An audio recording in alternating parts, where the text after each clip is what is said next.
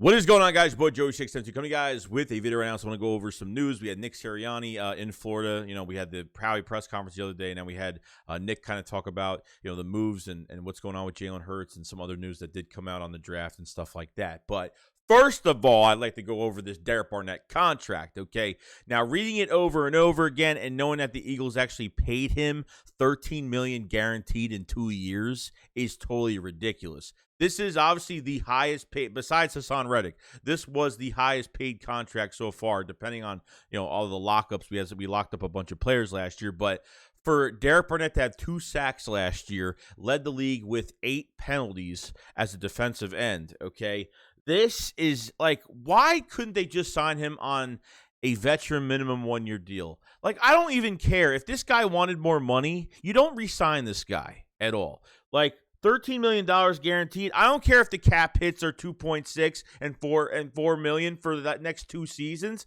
I mean, for this year and next year, I don't care about that. He's not even worth $2 million at this point. If he's not even getting pressure on quarterbacks, if he's getting penalties every single game, if he's hurting the team more than helping the team, okay?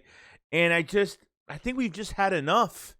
I mean, it's just, this contract was just ridiculous. I mean, I kind of read over it. There was a few different things that made it sound like it was a good contract. And everybody's talking such great things about it, especially Nick Sirianni talking great things about it and how Barnett, he's got the best football IQ.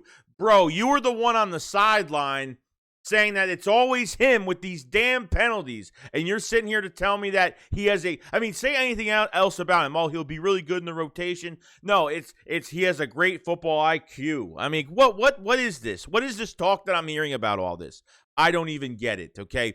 But Nick had his press conference today. Obviously we talked about a few things that are kind of important. We heard even from Howie Roseman the other day and talking about the draft and, sounding like Jalen Hurts might be the guy in 2022. It's starting to feel like the Eagles are going a different route. They're not trading up for a quarterback, and they really want to hit this draft the right way.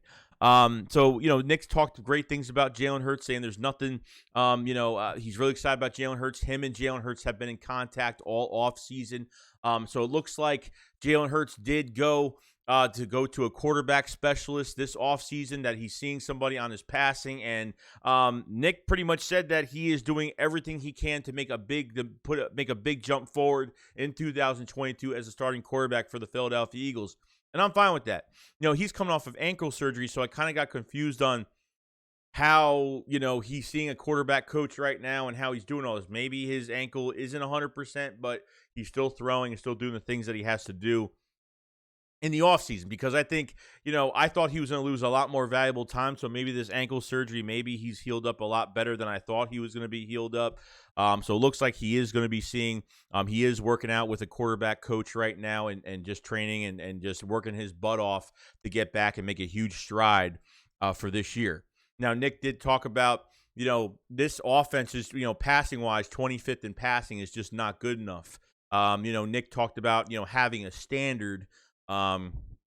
Even though he likes the wide receiver room right now, you could still make significant changes, okay? Number 1, getting Jalen Reagor and J.J. Arcega-Whiteside out of the building. Number 2, getting another playmaker, which in free agency, they could have traded for Calvin Ridley. It didn't work out. It's not Howie's fault on that. It's Calvin Ridley's fault for a rumored 3rd-round pick, which was going to be a huge steal. Then to go into free agency, missing up on DJ Chark and Alec Robinson, Juju Smith-Schuster. I mean, every receiver they literally passed on.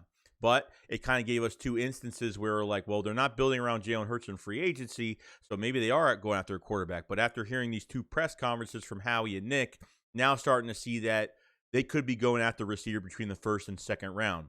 And I wouldn't put it past them if they went for a receiver in the 1st round, whether it's Treylon Burks, or if they're going after, a Garrett Wilson or a Chris Olave, if that's the case. Because if they're at 15 and 16 right now, they're going to have the pick of the litter for wide receivers coming out in this draft, okay?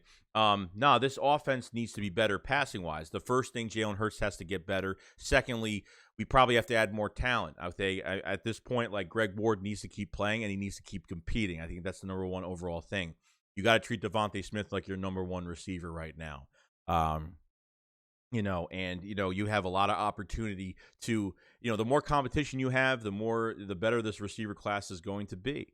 Okay, this whole entire roster is going to be, and that's what they have to do.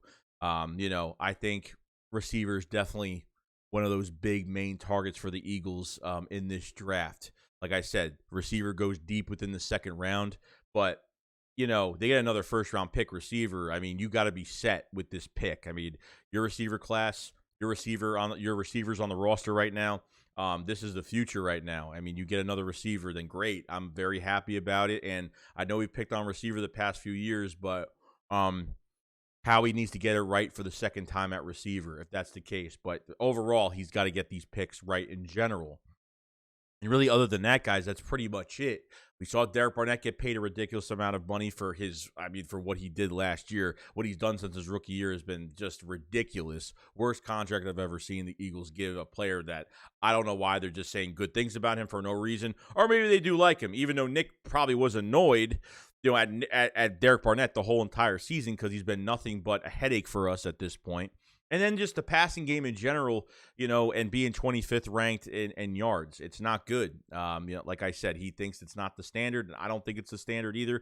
But number one, the quarterback situation has to be, we need a big stride from Jalen Hurts in 22. And it sounds like he is going to be the quarterback. It looks like they are moving forward with Jalen Hurts as the starting quarterback, which I wanted. I didn't want to trade for a quarterback. I didn't want to sign a quarterback. I didn't care about anything else. I just wanted to go into this draft hitting on certain, positions that we really need. You could build your defense through this draft. You can add a really good weapon for Jalen Hurts.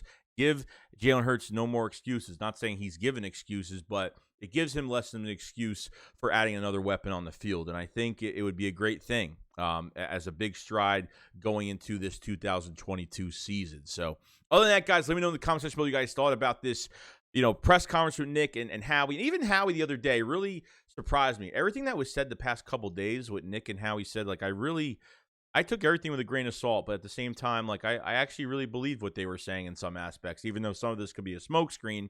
But Howie said he didn't go in free agency to sign guys where you can draft. He doesn't want a red shirt draft picks, which I was like, I went back on my seat. I couldn't even believe it. I was shocked. He doesn't want a red shirt draft picks in their first year.